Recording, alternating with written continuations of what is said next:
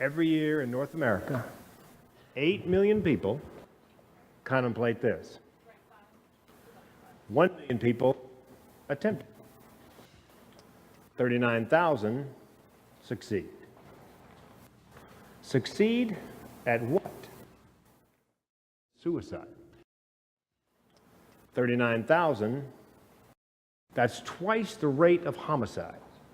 As a matter of fact, annually, more people die from self-harm than homicide, natural disasters, and war combined. And practically no one is talking about it until now. If you're looking for an idea worth spreading, all you need is a tribe and a vacuum.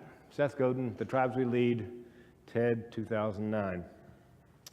My tribe is people who suffer from depression and for whom the option of suicide is always on the menu. And the vacuum is, again, that practically no one is talking about it, which fascinates me, and I'll tell you why. Because I've discovered over my lifetime that just the mere mention of the words depression and suicide out loud elicit the most amazing revelations from people, some of whom I have just met. It's almost as if they are waiting and waiting and waiting for someone to give them permission to give voice to their feelings and experiences surrounding depression and suicide. It's almost as if it's like a fractured fairy tale. It's almost as if they're waiting for somebody to come up and utter the magic, or in this case, the tragic words, depression and suicide. Last month, I was working a ship, a cruise. I do a number of cruises, and I was in the Lido buffet. Every ship has a Lido, by the way. And I couldn't find a place to sit. And I see a woman at a table for two, and I said, "Excuse me, do you mind if I sit?" She goes, "No, sit, sit, sit." So I sit down. She looks up. She goes, "Hey, are you the comedian?" I go, "Hey, did you enjoy the comedy show?" She goes, "I did." I go, "Well, I'm the comedian." She goes, "Well, what would you have said if I said I didn't enjoy the comedy show?" "I'm the juggler." We got to chatting. She said, "Are cruise ships all you do?" I said, "No, I do quite a bit of motivational speaking. And you know what? I just nailed down a TED Talk." She goes, "What's the topic?" And I'm thinking to myself, here we go. I said, "Depression and suicide." And then I started to count down in my head. 3, 2, 1. She says, "You know what? I tried to kill myself twice." She and I have just met. She goes, "First time kind of half-hearted. It was in college, not particularly serious." She said, "The second time, far more serious." She goes, "I not only graduated college, I had graduated medical school. I was a doctor. I had the knowledge, I had the equipment, I had an IV started in my ankle. I had the suicide cocktail in my left hand, the 2 vials. In my right hand, I had the syringe, getting ready to load it up. And she says, the phone rings.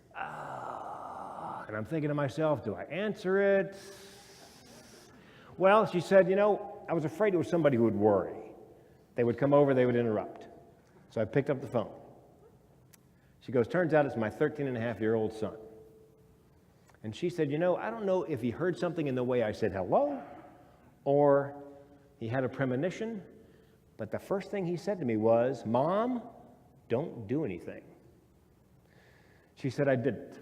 I didn't give up on the idea of suicide, but I decided not to do it that day because I was afraid," she said, "he would realize that it had happened right after we spoke and he would feel guilty, that maybe he could have said something that would have stopped me from committing suicide." So I said to her, "Well, how old is he now?" She goes, "He's 21.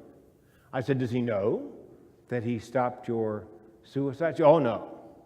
I said, "No?" She goes, "No." How do you start that conversation? How indeed? I'm thinking TED Talk. Which, by the way, raises the question. A comedian talking about depression and suicide? How exactly are you qualified? No, I'll tell you, I believe a comedian is a good choice, and I'll tell you why. Because a comedian's job, if you drill down to it, is to speak truth to power on behalf of the powerless. And in this case, I'm speaking truth to the power of depression on behalf of the powerless, those who are caught in its grip. Number 2, I believe that depression is at its core hopelessness.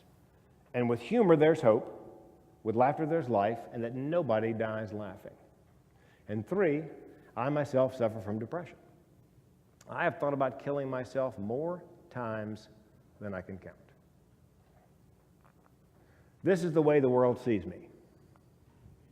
And this, with apologies to the Showtime series Dexter, is my dark passenger. This guy has tried to kill me for as long as I can remember. Came very close in 2010. It was the heart of the recession. My corporate speaking business dropped off 80%. My wife and I declared Chapter 7 bankruptcy. We lost everything that we had worked for 25 years. And I had an itch on the roof of my mouth that I could only scratch with the front sight on my nickel-plated .38. I sent a copy of the speech in MP3 to a buddy of mine in Philadelphia, a guy named Glenn Friesman. And I wanted him to listen to it and tell me what he thought. And the reason I picked Glenn was, anybody here from Philly? Glenn not only grew up in Philadelphia, he grew up on the mean streets of Philadelphia. So he's not sugarcoating anything. He's as subtle as a sledgehammer. Yeah, so I knew he would tell me the truth. So I sent him the MP3 and I waited, the phone ring. Hello. He goes, it's me, Glenn. I go, what do you think? He goes, hey, it's a good talk. He goes, I just got one question. 2010, you got an itch on the roof of your mouth you can only scratch with the front sight on your .38? I go, yeah. He goes, how come you didn't pull the trigger? I said, could you try to sound a little less disappointed? You want to know the reason? I said to him 3 words, my wife, Wendy. I had bought a life insurance policy, $1 million life insurance policy, a while before that. And you may not know this about life insurance, but there's something in every life insurance policy called the suicide clause.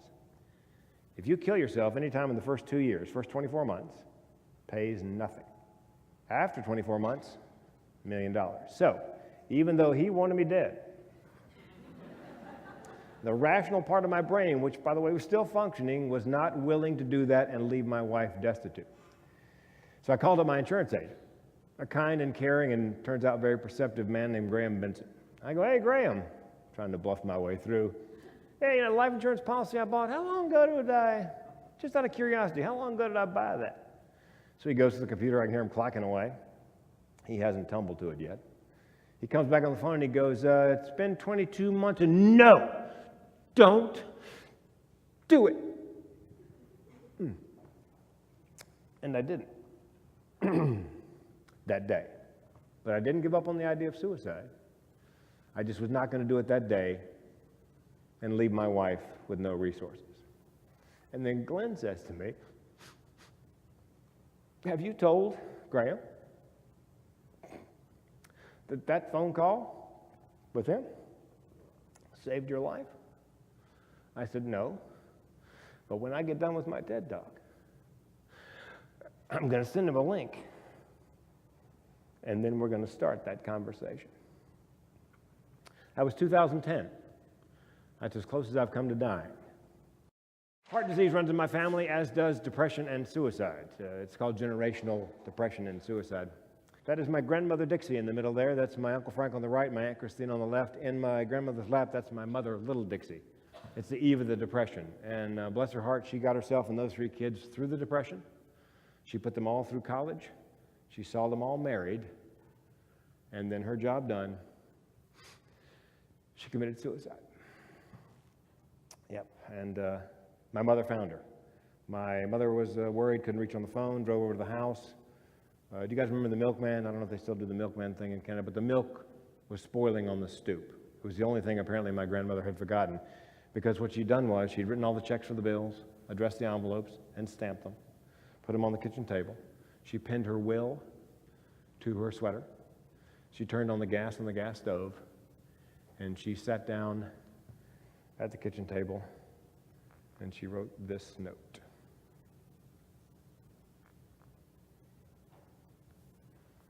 My dear children, I am so sorry to leave you, but it can't be helped.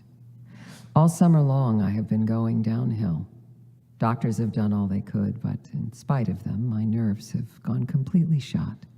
I can't sleep, I can't eat, and my mind is sadly unbalanced. Under such conditions, life is absolutely unlivable. Be good and meet me in the glory land. Heavenly Father understands. He has forgiven me, and I know you will too. Always my best love. Mother. And this is my great aunt, my grandmother's sister, Foy. Here she is in the lower center at 23. And here she is again. She's second from the right, shortly before her death.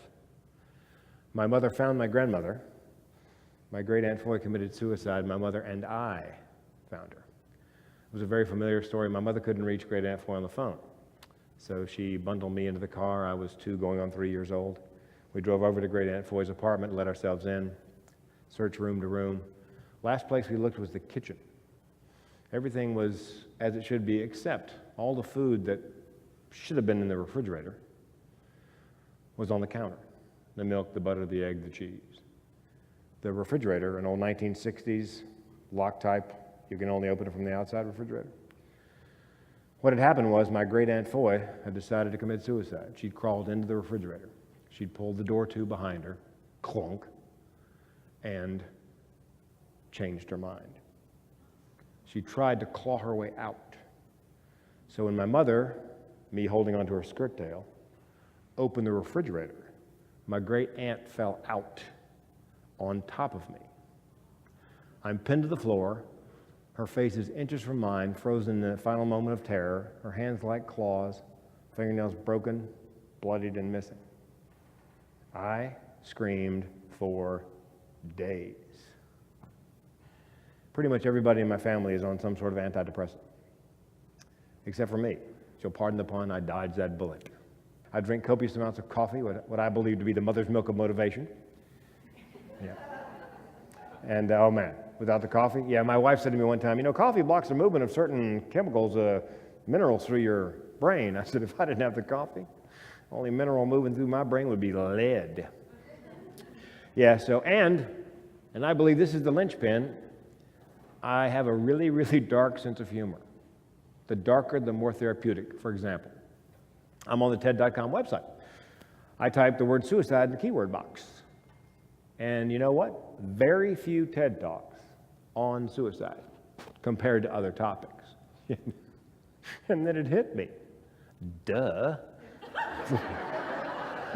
I mean, think about that. If you're really, really good at suicide, chances are you ain't going to be recording a TED Talk. My grandmother killed herself with a gas stove, my great aunt with a refrigerator. What is it with my family and major appliances? I drive past Sears, I tear up. When my great aunt fell out on me, you can only imagine the scene and the smell. Well, the smell would have been worse, but the only thing in the refrigerator with my great aunt all that time, box of Arm & Hammer. I know, that's just wrong, but it's amazingly therapeutic. Yeah, your life, don't fake it until you take it. I think that's what happens a lot of times, because people can't share. People can't give voice to their feelings, so they just fake it until they, I believe my grandmother, that was her fate. I believe my great aunt, and I believe Robin Williams. When it came to depression, bipolar, and suicide, same thing. Life is not for everybody. Robin Williams interviewed with Terry Gross on NPR's Fresh Air. Terry Gross asked him point blank, did he suffer from depression, bipolar, and suicidal ideation? And he said nope. Nope. He denied it till the day he died. I believe he survived as long as he did in the face of his drug and alcohol addiction, because he was able to give voice to his feelings and experiences. He talked at length and joked at length about his drug and alcohol use. And I believe his sense of humor bought him all the time that he had. It took him all the way to 62. I believe it really was a matter of life or death. When he committed suicide, my friends, normal people, the 85% of the population doesn't suffer from clinical depression. He was only 62. My friends who are depressed, he made it to 62. Yes!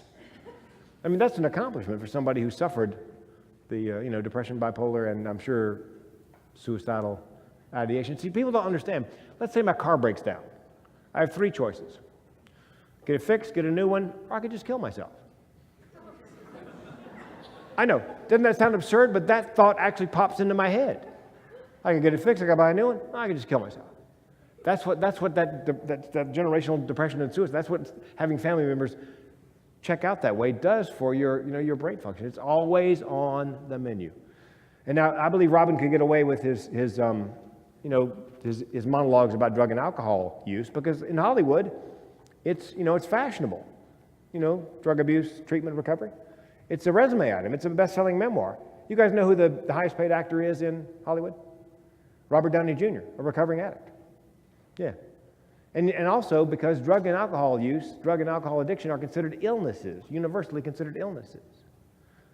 But there was a time when that was not the case. There was a time when drug and alcohol abuse, alcoholics were anonymous. Narcotics Anonymous. Do you remember? Yeah, it was a moral failing, a character flaw. There was stigma and shame. Much the same way people feel about depression and suicide today. That's the difference. I believe if we'd started this conversation 2 or 3 years ago and given Robin Williams permission to give voice to his feelings on those topics, to talk and joke at length, he'd still be alive today. I believe he would have gotten together with Billy Crystal and Whoopi Goldberg and said, look, comic relief, let's bring it back. Only this time, instead of raising awareness and money for the homeless, let's raise awareness and money for the hopeless. But it's too late for Robin. But there are other people, we can still save people. Here's the deal. When the people that suffer from depression have an expression about the normal people, the 85% of the population that doesn't. The expression is this. You guys see this? Normies just don't get it. That's what people who suffer from depression call normal people, normies. Normies just don't get it. And I must tell you, it's not the normie's fault because it's almost impossible to explain depression. The best I can do with depression is a simile. Like you're wearing lead-filled boots. That's what depression is like. It's like walking around in those. Things not to say to somebody who is brave enough to tell you they are depressed. Don't say, pull yourself up by your bootstraps. Oh, come on, turn that frown upside down. Yeah. My personal favorite. You just need a checkup from the neck up. If I hear that again, I'm going to throw up. Yeah, things to say to someone who's brave enough to say to you they're depressed. I would start with this. Are you depressed or are you depressed? The depressed meaning clinical depression. If they are clinically depressed, I would say this. You are not alone. I am here for you. It's not your fault. You're neither crazy, lazy, or seeking attention. I understand that it is not a character flaw or a moral failing. It is an illness. There is treatment available, and I will help you get it and mean it. Second, the last thing is ask them what sort of thoughts they're having. If they're having thoughts of suicide, here's what not to say. Not say, come on, you got so much to live for. You're just looking for attention. You won't do it. Nobody who talks about it ever does. Oh. Here's what to say if somebody has thoughts of suicide. Don't do it. Trust me, it works. Second, do you have a plan? Yes or no? And if they have a plan, what is your plan? And the more detailed the plan, the more dangerous the situation. And if somebody tosses that grenade into your lap, that's what that slide is for. There is help available. And the suicide app is actually an iPhone app. Here's what I hope we've done today. We started a conversation, giving permission to people to give voice to their feelings about depression and suicide without recrimination, and begun to create a common pool of knowledge in which those who suffer from depression and those who love them can swim.